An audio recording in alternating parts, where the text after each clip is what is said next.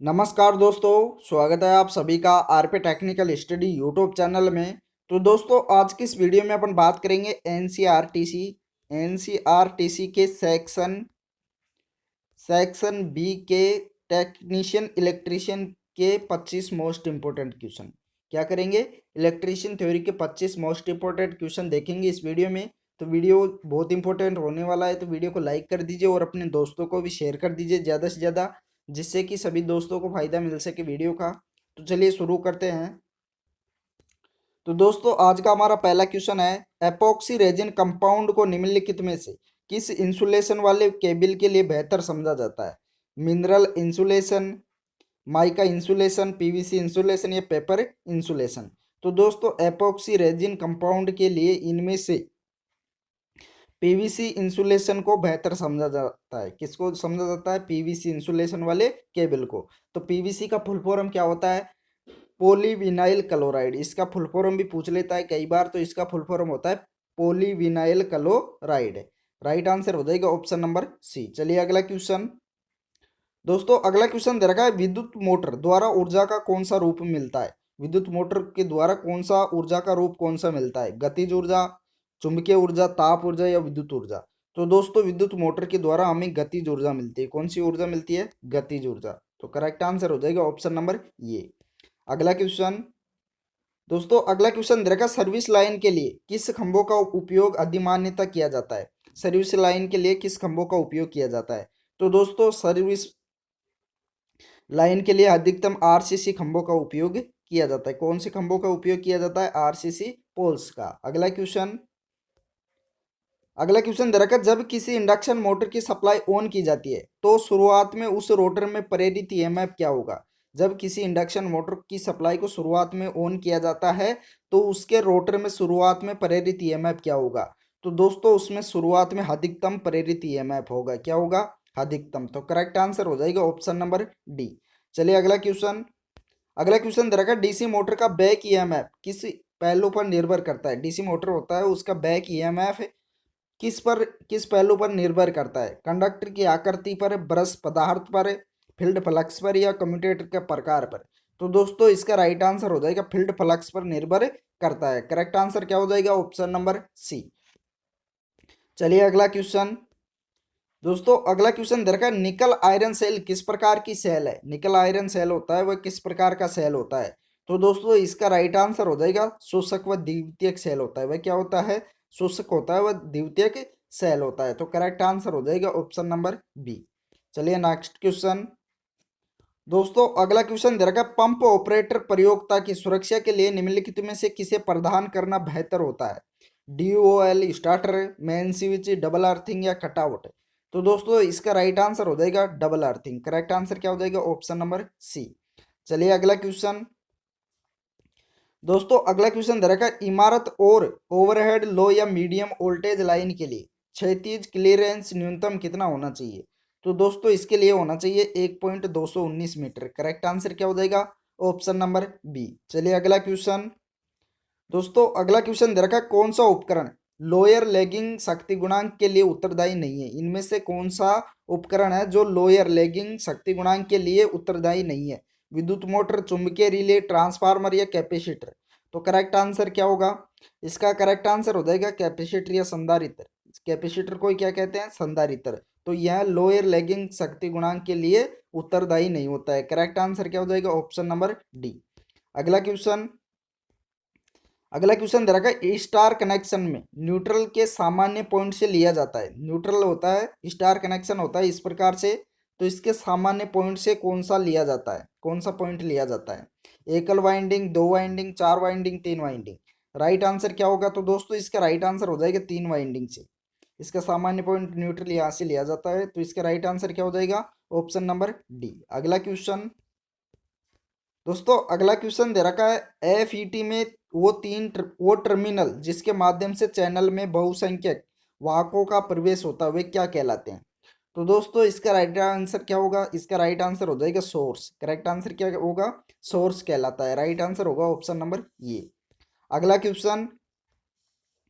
दोस्तों, अगला क्वेश्चन दे रखा है, किसी पदार्थ के 1 सेंटीमीटर की लंबाई तथा 1 सेंटीमीटर अनुभागीय क्षेत्रफल के प्रतिरोध को क्या कहा जाता है? प्रतिरोध की 1 सेंटीमीटर लंबाई व 1 सेंटीमीटर अनुप्रस्थ काट का क्षेत्रफल का प्रतिरोध क्या कहलाता है? तो दोस्तों उसे कहा जाता है विशिष्ट प्रतिरोध। क्या कहा जाता है? प्रतिरोधकता। करेक्ट आंसर हो जाएगा ऑप्शन नंबर ये। अगला क्वेश्चन दे रखा, चुंबकीय बल के पीछे घनत्व फ्लक्स का रहना क्या कहा जाता है? अनिच्छा, चुंबकीय क्षेत्र, अवशिष्ट चुंबकत्व या हिस्टैरिसीस? तो इसका राइट आंसर हो जाएगा हिस्टैरिसीस। क्या कहा जाता है? हिस्टैरिसीस। करेक्ट आंसर हो जाएगा ऑप्शन नंबर डी।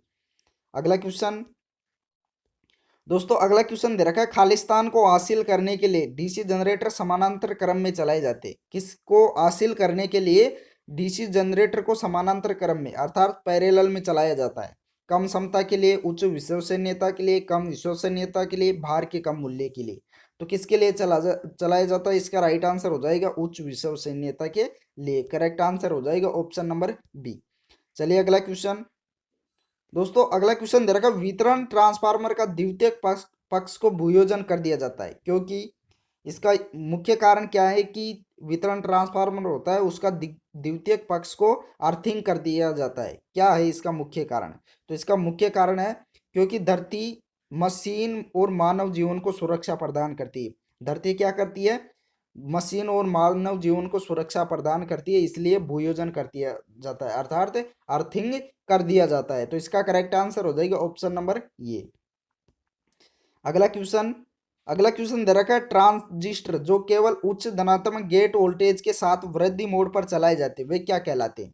ट्रांजिस्टर जो केवल उच्च धनात्मक गेट वोल्टेज के साथ ही वृद्धि मोड पर चलाए जाते हैं वे क्या कहलाते हैं? तो दोस्तों वे कहलाते हैं मोसफेट। करेक्ट आंसर क्या हो जाएगा? ऑप्शन नंबर ये।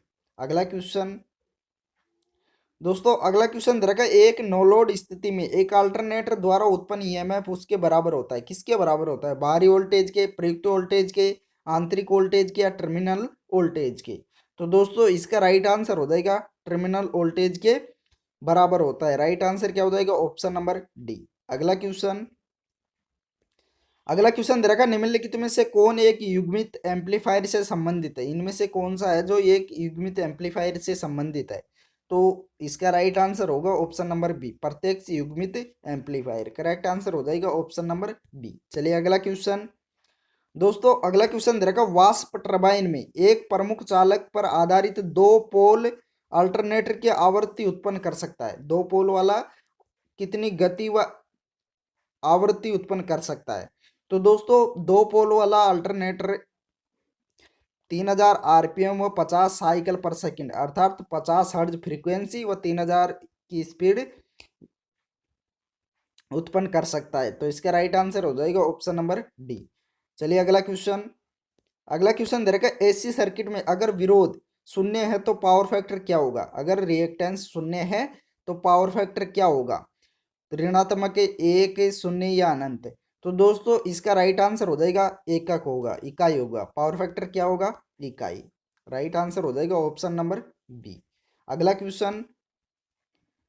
क्वेश्चन दे रखा, लुमिनस फ्लक्स निम्नलिखित तरंगों में से किस तरंग से लगातार निकलने वाली ऊर्जा है? इनमें से लुमिनस फ्लक्स किन तरंगों में से निकलने वाली एक तरंग है? पवन तरंग, जल तरंग, प्रकाश तरंग या विद्युत धारा तरंग? तो इसका राइट आंसर हो जाएगा प्रकाश तरंग से निकलने वाली ऊर्जा है। करेक्ट आंसर क्या हो जाएगा? Option number C. अगला क्वेश्चन दे रखा है, एसी उत्पादन करने के लिए इलेक्ट्रॉनिक इन्वर्टर खालिस्तान पर आधारित होना चाहिए। एक गतिमान लोहा, एक कन्वर्टर, एक रेक्टिफायर, एक ओसिलेटर?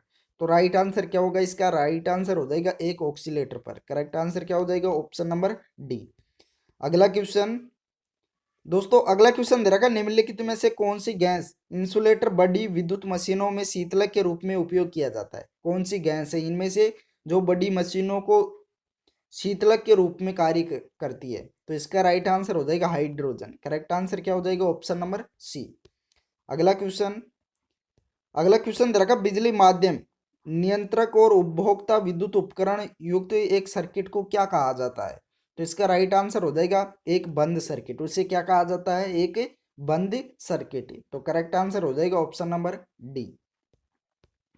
अगला क्वेश्चन दोस्तों, अगला क्वेश्चन दे रखा, डीसी मोटर में गति पर नियंत्रण खालिस्तान द्वारा क्षेत्र या आर्मेचर प्रतिरोध को परिवर्तन ना करके उपयोग किए गए वोल्टेज को बदलकर प्राप्त किया जाता है। ऑप्शन ने दे रखा है प्रयुक्त वोल्टेज में बदलाव, बी दे रखा है क्षेत्र नियंत्रण विधि, सी दे रखा है अर्धचालक यंत्र विधि, डी दे रखा है आर्मेचर नियंत्रण विधि। तो इनमें से कौन सा ऑप्शन राइट आंसर होगा? तो दोस्तों इसका राइट आंसर हो जाएगा प्रयुक्त वोल्टेज में बदलाव करके। करेक्ट आंसर क्या हो जाएगा? ऑप्शन नंबर ये। तो इसका राइट आंसर हो जाएगा ऑप्शन नंबर ये। तो दोस्तों इस वीडियो में इतना। वीडियो पसंद आया हो तो लाइक कर दीजिए और अपने दोस्तों को भी ज़्यादा से ज़्यादा शेयर कर दीजिए। और जिस दोस्त ने भी अभी तक चैनल को सब्सक्राइब नहीं किया है वो सभी दोस्त चैनल को सब्सक्राइब भी कर लीजिए, साथ में ऑल नोटिफिकेशन बेल को भी ऑन कर लीजिए। Thank you.